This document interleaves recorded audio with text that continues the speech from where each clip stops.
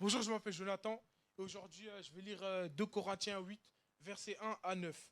Donc, exemple de l'église de Macédoine et mission de Tite. Par ailleurs, frères et sœurs, nous vous faisons connaître la grâce que Dieu a accordée aux églises de la Macédoine, au milieu même de la grande épreuve de leur souffrance. Leur joie débordante et leur pauvreté profonde les ont conduites à faire preuve d'une très grande générosité. Je l'atteste, ils ont donné volontairement selon leurs moyens et même au-delà de leurs moyens. Et c'est avec beaucoup d'insistance qu'ils nous ont demandé la grâce de prendre part à ce service en faveur des saints. Ils ont fait plus que ce que nous espérions, car ils se sont d'abord donnés eux-mêmes au Seigneur, puis à nous par la volonté de Dieu. Nous avons donc encouragé Tite à parachever chez vous aussi ce geste de générosité, comme il l'avait d'ailleurs commencé de votre côté. Vous avez tout en abondance, la foi, la parole, la connaissance, le zèle, à tout point de vue et l'amour pour nous. Faites en sorte que la même abondance se manifeste dans cet acte de grâce. Je ne dis pas cela pour donner un ordre, mais pour éprouver la sincérité de votre amour par l'exemple du zèle des autres. En effet, vous connaissez la grâce de notre Seigneur Jésus-Christ. Pour vous, il s'est fait pauvre, alors qu'il était riche, afin que par sa pauvreté, vous soyez enrichis.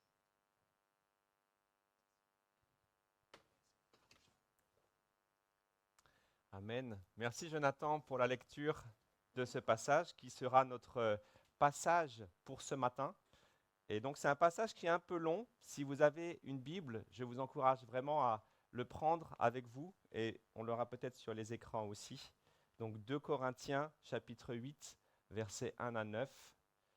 Et bonjour à chacun, à chacune et particulièrement bienvenue aussi à nos visiteurs.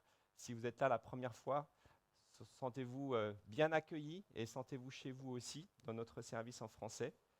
Je m'appelle Ruben et j'apporte le message ce matin pour le service en français. Donc notre passage, c'est 2 Corinthiens 8, chapitres 1 à 9.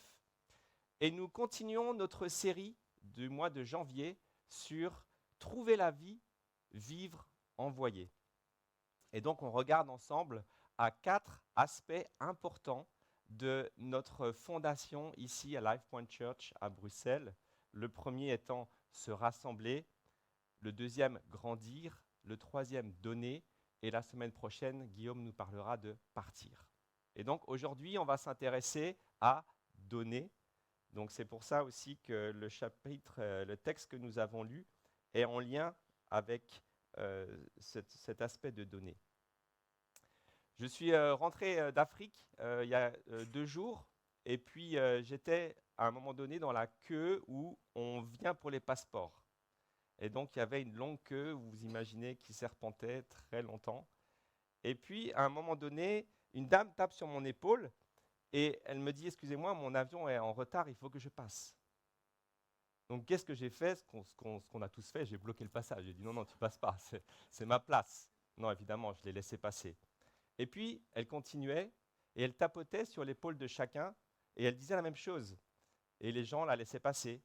Et donc, à un moment donné, je la voyais serpenter et je me suis intéressé à la réaction des gens. Je me suis dit, mais finalement, je vais regarder ce que font les gens. Et donc, c'était intéressant. Certains la laissaient passer avec beaucoup de joie. D'autres lui demandaient son boarding pass pour savoir si vraiment son avion était en retard. Mais globalement, on voyait que chacun était un petit peu dérangé quand même de laisser passer cette dame. Et je me suis dit, au final, qu'est-ce que ça coûte? Qu'est-ce que ça coûte de laisser la place? Peut-être je vais arriver moins vite au duty free, peut-être je vais avoir un tout petit peu moins de temps pour acheter quelque chose, boire un café, mais finalement, qu'est-ce que ça coûte? Et moi, j'avoue que la première réaction que j'ai eue, c'est de dire, fallait venir plus tôt. Mais voilà, c'est quelque chose que je me suis dit, ça coûte en fait de donner sa place. Ça coûte de donner sa place dans la queue. Les feux rouges sont trop longs. Les intervalles entre les trams sont trop longs. Parce que notre temps est précieux. Parce que notre temps est important. Mais est-ce qu'il est aussi important que nous le pensons? Soyons francs, nous avons du mal à donner. Nous avons du mal à donner. Nous avons grandi dans une société où le temps est précieux, l'argent est important, Nous avons grandi dans une société où on nous a enseigné à investir le minimum pour avoir le maximum, la rentabilité, où même dans nos relations avec les personnes, on essaye de se dire qu'est-ce que cette relation va m'apporter? Si je bois un café avec toi, qu'est-ce que tu peux m'apporter? Qu'est-ce que cette personne peut m'apporter? Et en fait, soyons honnêtes, toute la journée, on calcule des retours sur investissement, même si on n'est pas financier. Qu'est-ce que je vais préparer à midi pour aller le plus vite possible pour manger? Donc vous voyez, cette notion du temps, cette notion de l'argent, on essaye toujours de donner le minimum pour avoir le maximum. Et pourtant, la Bible nous enseigne à donner généreusement. La vie de Jésus est remplie de générosité. Jésus ne calculait pas. Il donnait généreusement, partout où il pouvait. Et c'est une attitude fondatrice de la stature du chrétien. Et c'est encouragé par Paul lui-même. Alors ce matin, nous allons voir à 3 choses sur le don. Nous allons voir que donner est une joie. Nous allons voir que donner coûte et aussi que donner récompense. Et Paul parle ici des dons financiers dans le texte que Jonathan a lu. Et nous allons voir le contexte de ce qu'il écrit. Mais quand on parle de donner, on parle évidemment des dons financiers, mais on parle aussi de donner son temps et de donner ses talents. Alors regardons le contexte du passage que nous avons lu. Paul s'adresse à l'église de Corinthe. C'est l'épître aux Corinthiens. Corinthe, une ville de Grèce, et il les encourage à participer à la collecte financière pour l'église de Jérusalem. Donc l'église de Jérusalem, qui était l'église historique, a besoin maintenant de la collecte des nouvelles églises en Grèce et en Macédoine pour subvenir aux besoins des pauvres. Et Paul, il est toujours très pédagogue. Si vous connaissez la manière dont il écrit et si vous lisez les épîtres, c'est radical. La démonstration que Paul fait est toujours radicale. Et ici, plutôt que de faire un long discours théologique, il donne un exemple. Il démontre par l'exemple. Et l'exemple qu'il prend pour encourager les chrétiens de Corinthe à donner, c'est celui des chrétiens de Macédoine. Et ça, je me suis dit, c'est certainement une première application pour nous ce matin. Et Matt en a parlé la semaine dernière sur l'imitation. Nous imitons tous quelqu'un et nous sommes nous-mêmes imités. Et je ne sais pas si vous avez remarqué, même dans les conversations qu'on a les uns avec les autres, donc, si on discute ensemble et je commence à croiser mes bras comme ça, il est très probable que la personne en face va croiser ses bras aussi. On se parle en fait avec le langage, mais on se parle aussi avec le langage du corps. Donc nous nous imitons les uns les autres et nous sommes aussi imités. Et donc Paul donne cet encouragement en montrant ce qu'a fait l'église de Macédoine pour que les chrétiens de Corinthe voient un exemple concret de ce qui s'est passé. Et l'église de Macédoine était pauvre financièrement, mais elle était riche spirituellement. Alors qu'est-ce qui a poussé l'église de Macédoine à donner? Il y a 2 choses qu'on voit au verset 1. La première, c'est leur joie débordante. Et la deuxième, c'est leur profonde pauvreté. Alors regardons à ces 2 aspects. Tout d'abord, l'église de Macédoine a donné parce qu'elle était joyeuse. Elle était dans la joie. Et le texte ne dit pas seulement que l'église était dans la joie, elle dit que l'église était dans une joie débordante. L'église de Macédoine était tellement dans la joie que leur joie débordait. Ils en avaient tellement qu'ils avaient de la joie même à revendre, on peut dire.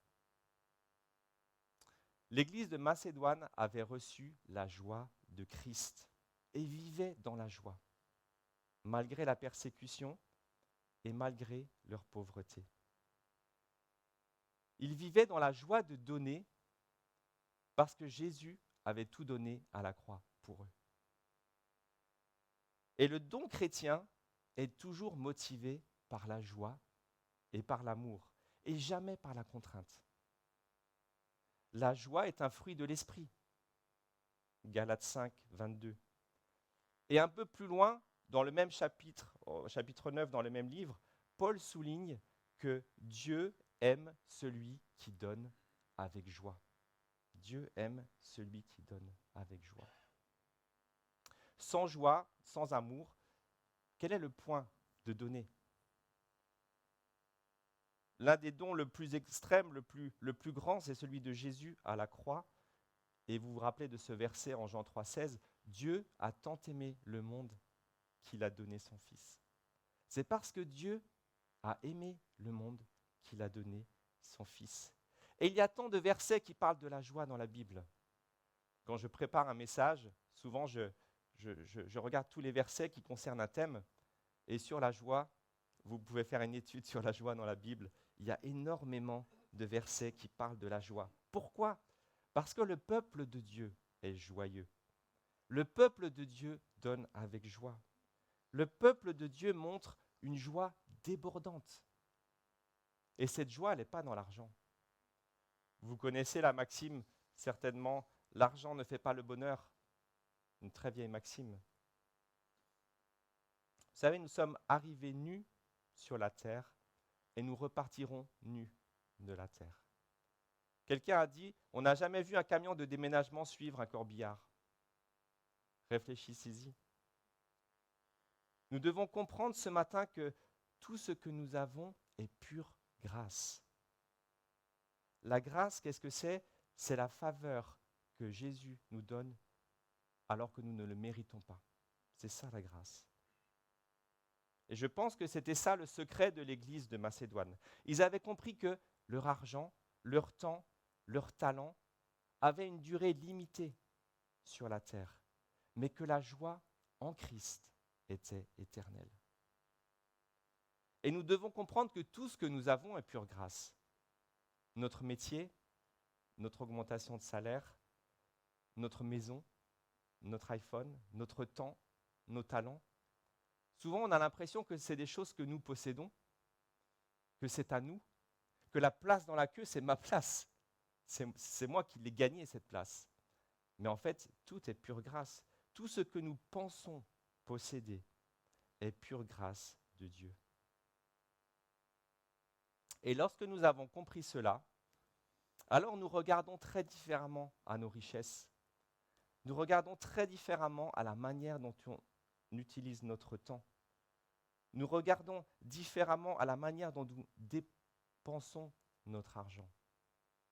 Et nous sortons de cette spirale qui dit « Ah, si seulement j'avais plus.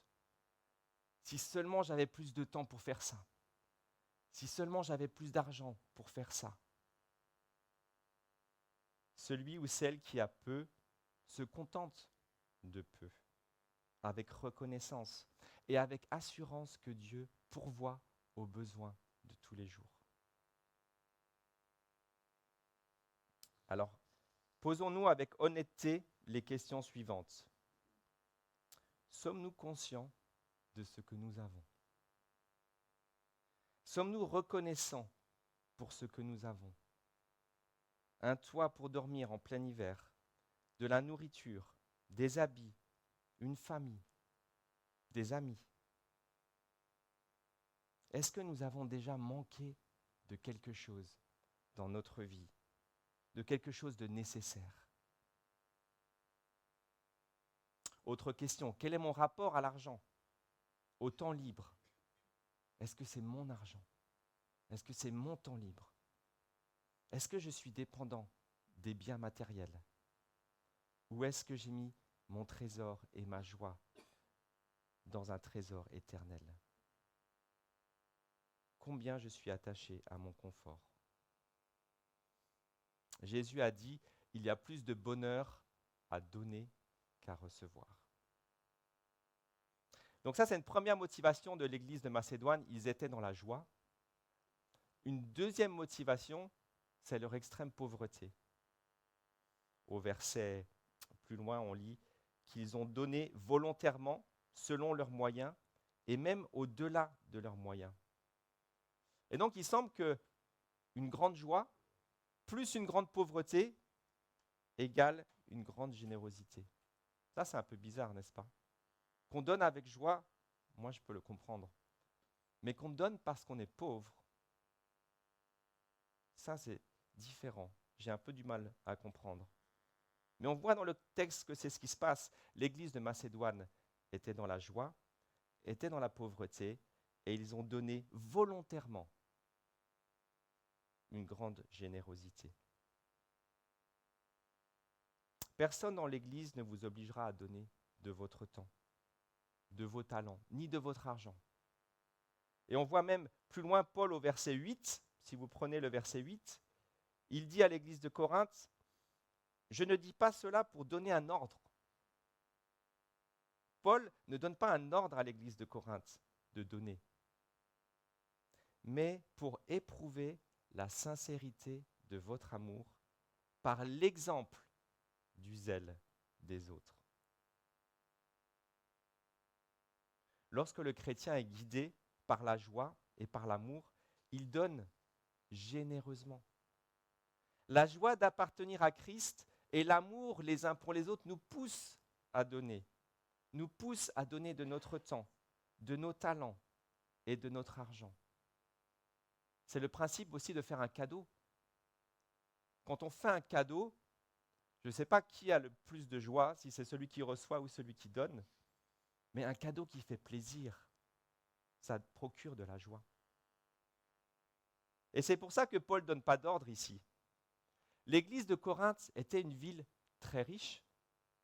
On peut penser que les chrétiens de Corinthe étaient très riches eux-mêmes, financièrement, et certainement que le trésorier de l'église de Corinthe aurait pu faire un très gros chèque pour l'église de Jérusalem.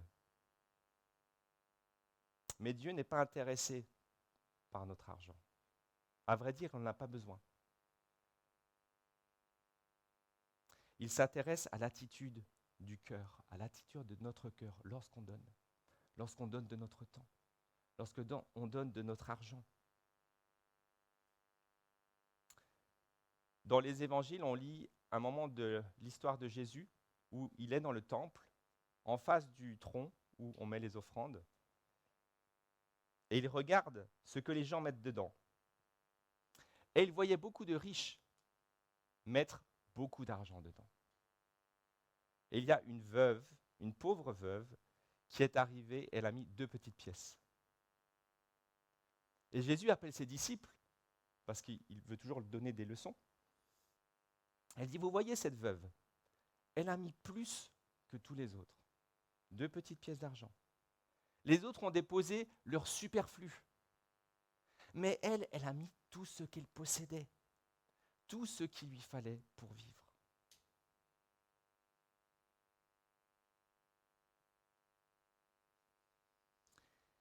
Et ce que dit Paul ici à l'église de Corinthe, après avoir montré l'exemple de Macédoine, il leur dit, et vous, église riche de Corinthe, vous avez tout en abondance. Je continue au verset 7. Vous avez la foi, vous avez la parole, vous avez la connaissance, le zèle en tout point de vue et l'amour pour nous. Faites en sorte que la même abondance se manifeste dans cet acte de grâce. Parce que vous avez reçu en abondance, donnez en abondance. Paul rappelle aux chrétiens de Corinthe que, contrairement aux chrétiens de Macédoine, eux, ils ont tout. Ils ont tout, et donc ils peuvent donner plus, puisqu'ils ont beaucoup. Et donc je me suis posé la question, est-ce que nous sommes conscients que d'autres églises dans le monde vivent dans la pauvreté? Est-ce que nous sommes conscients que même en Belgique, des églises ne peuvent même pas payer un pasteur à mi-temps? Et est-ce que nous sommes conscients qu'ici, à Life Point Church, nous avons 6 personnes à temps plein qui travaillent pour l'église à temps plein? Nous avons 2 pasteurs, un directeur de l'administration, une directrice de l'école du dimanche, un directeur de la louange, une directrice de la communication. Nous avons 6 personnes à temps plein qui travaillent pour l'église de Life Point Church. Alors, à plus forte raison, devons-nous nous montrer généreux avec notre temps, nos talents et notre argent? Le sujet de l'argent est toujours un sujet de discussion et parfois même un sujet tabou. Combien tu gagnes, combien tu as payé ta voiture, etc. Et le sujet de l'argent était aussi important dans la Bible. On voit que Jésus a répondu à des dizaines de questions qui traitaient des biens matériels et de la richesse. Alors, combien donner en argent à l'Église? Combien donner de notre temps? J'aimerais m'arrêter sur ce sujet un moment, à la lumière des Écritures. Que dit l'Écriture à propos de cela? Et Salomon, le roi Salomon a écrit « Honore l'Éternel avec tes biens et avec les prémices de tous tes revenus. Alors tes greniers seront abondamment remplis et tes cuves regorgeront de vin nouveau. » C'est dans Proverbes, chapitre 9, versets 9 et 10. Les Israélites, donc dans l'Ancien Testament, étaient encouragés à donner non seulement 10% de leurs revenus agricoles, mais surtout les prémices de ces revenus. Les prémices, ça veut dire les premières récoltes, ça veut dire les premiers agneaux, ça veut dire les premiers fruits de leur récolte. Et si vous voulez vraiment un chiffre, Life Point Church recommande de donner 10% des revenus. Ce qui est important ici, c'est le geste qui me semble important. Quoi que vous donniez en temps et en argent, il est important de donner les prémices. Il est important de donner les premières choses à Dieu et non les restes. Parce qu'il y a une grande différence entre donner la première part et donner la dernière part. Lorsque vous êtes à table et qu'on coupe le gâteau, celui qui a la première part, on donne à qui? Aux invités. On donne à la personne la plus importante. On donne la première part. La dernière part, c'est celle qui reste. C'est celle qui est cassée. C'est celle qui est plus petite. C'est celle qui donne moins envie. Et la première part est prélevée quoi qu'il arrive par la suite. S'il n'y a plus assez de gâteau, il n'y aura plus de gâteau. Mais la dernière part, c'est celle qui reste une fois que tout le monde a mangé. Et donc, ce qu'on voit dans l'Ancien Testament, c'est que les Israélites étaient appelés à donner la première part. Et je pense que ce geste-là est important dans notre attitude. Donne la première part de ton salaire. Donne les premières 30 minutes de ta journée. Donne le premier jour de ta semaine. Car en faisant cela, tu témoignes de ta dépendance vis-à-vis de Dieu pour la suite. Et tu fais de lui la priorité de ta vie.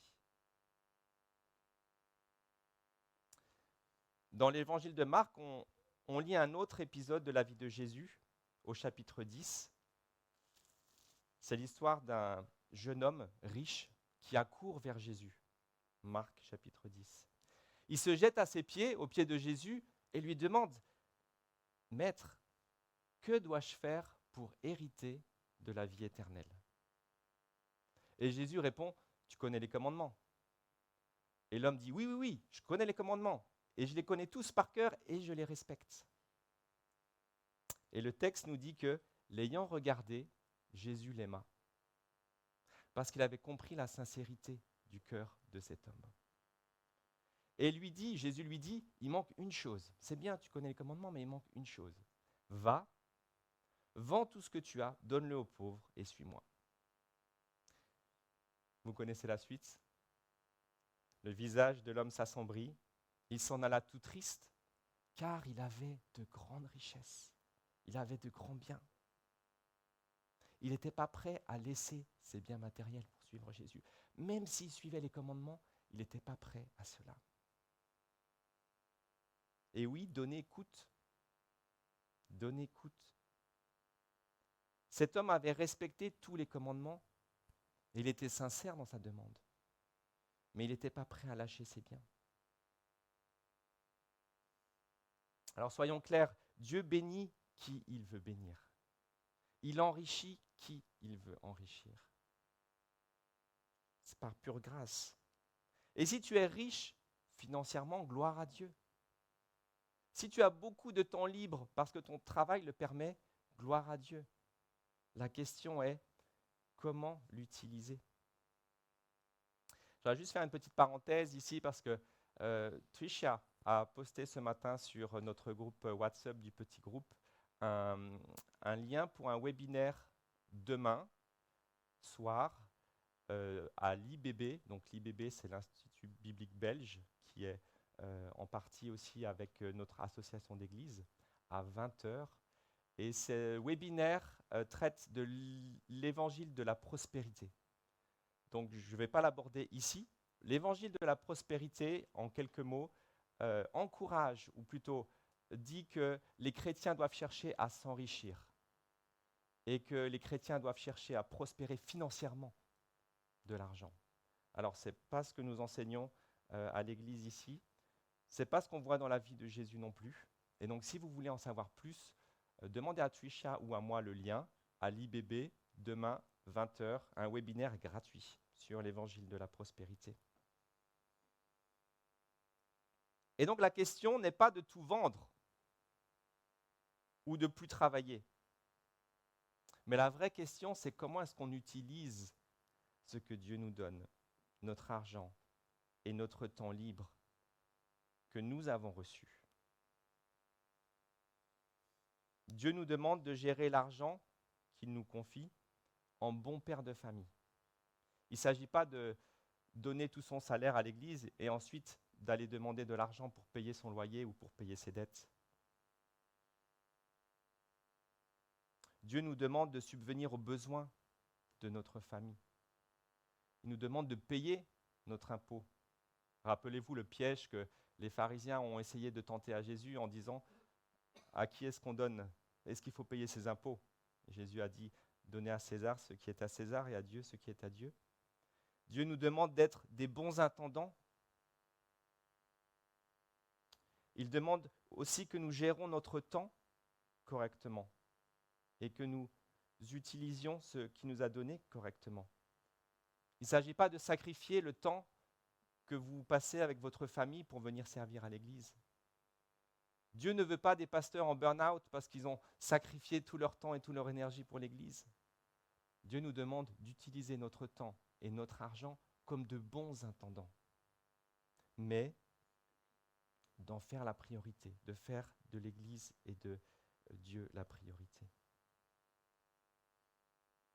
Moi, de mon côté, je suis adepte de la somme des petits efforts, et parce que la somme des petits efforts donne souvent un grand effort, et tous les sportifs le savent. Si vous voulez courir 40 km, peut-être qu'il vaut mieux commencer par 5. Si 5 c'est trop, peut-être qu'il vaut mieux commencer par 2. Et aujourd'hui, on a quelques opportunités pratiques pour donner de notre temps, pour donner de notre argent. Et après l'église, ici derrière, il y aura une table où, si vous voulez servir dans notre culte francophone ici, vous pouvez vous inscrire. Et donc j'encourage celles et ceux qui ne participent pas encore ou qui ne servent pas et qui veulent le faire à pouvoir s'inscrire. Mais je voudrais aussi vous dire, ne vous dites pas, parce que je ne peux pas m'engager tous les dimanches, alors je ne vais pas m'inscrire. Si vous pouvez faire l'accueil un dimanche par mois, ou juste une fois, si vous voulez chanter avec nous ici, si vous voulez donner les annonces, si vous voulez participer à la vie de notre service en français, même une fois, un petit effort. Je voulais vous montrer une image, mais je ne l'ai pas retrouvée. C'est l'image de plusieurs conducteurs qui sont dans un embouteillage, tous à leur volant, et il y a une bulle qui dit, chaque conducteur dit, ça ne sert à rien que je prenne le métro, ça ne va pas résoudre le grand embouteillage. Donc voilà, je vous encourage à ne pas vous dire ça et à vous dire, le service que je vais apporter, même une fois, va permettre de faire grandir notre service et est un don déjà pour Dieu, même un petit don. Si tu n'arrives pas à lire ta Bible 30 minutes par jour le matin, commence par 5 minutes. Si 5 minutes c'est trop, commence par 2 minutes. Si tu n'arrives pas à donner de l'argent à l'église, commence par un peu. Si tu ne sais pas quoi faire de ton don ou comment l'utiliser, parle-en à quelqu'un qui va t'aider là-dessus.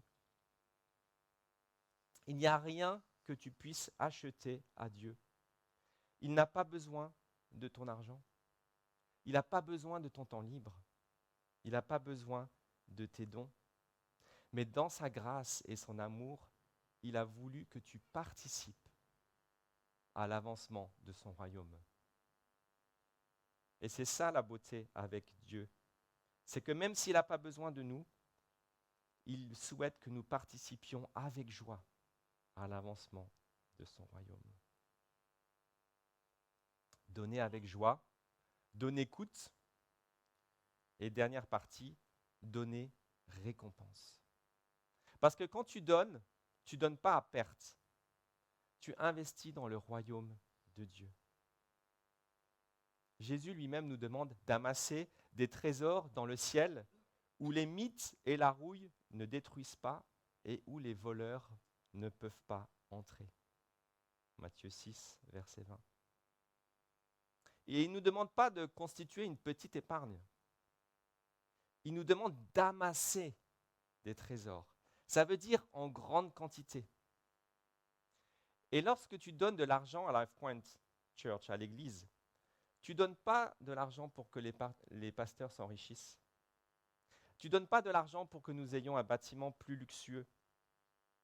Tu donnes pour que nous puissions avoir un lieu où nous rencontrer.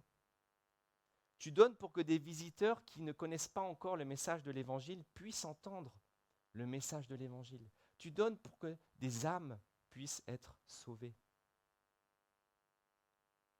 Autre point pratique, si vous voulez savoir comment utiliser notre argent, demandez à Rob. Rob va vous expliquer comment est-ce que tout l'argent de l'Église est utilisé. Ce que tu donnes ici et maintenant sur cette terre a des répercussions éternelles. Alors, quelle est mon attitude de cœur quand ma main dépose quelque chose dans l'offrande? Quelle est mon attitude de cœur quand un frère ou une sœur me demande de l'aider? Tu ne pourrais pas venir m'aider, j'ai besoin de toi. Quelle est mon attitude de cœur quand je me lève le dimanche matin pour la répétition de musique ou pour préparer la salle de l'école du dimanche? Quelle est mon attitude de cœur quand Dieu me demande de donner? Dieu aime celui qui donne avec joie. À Life Point Church, nous croyons qu'il y a plus de bonheur à donner qu'à recevoir.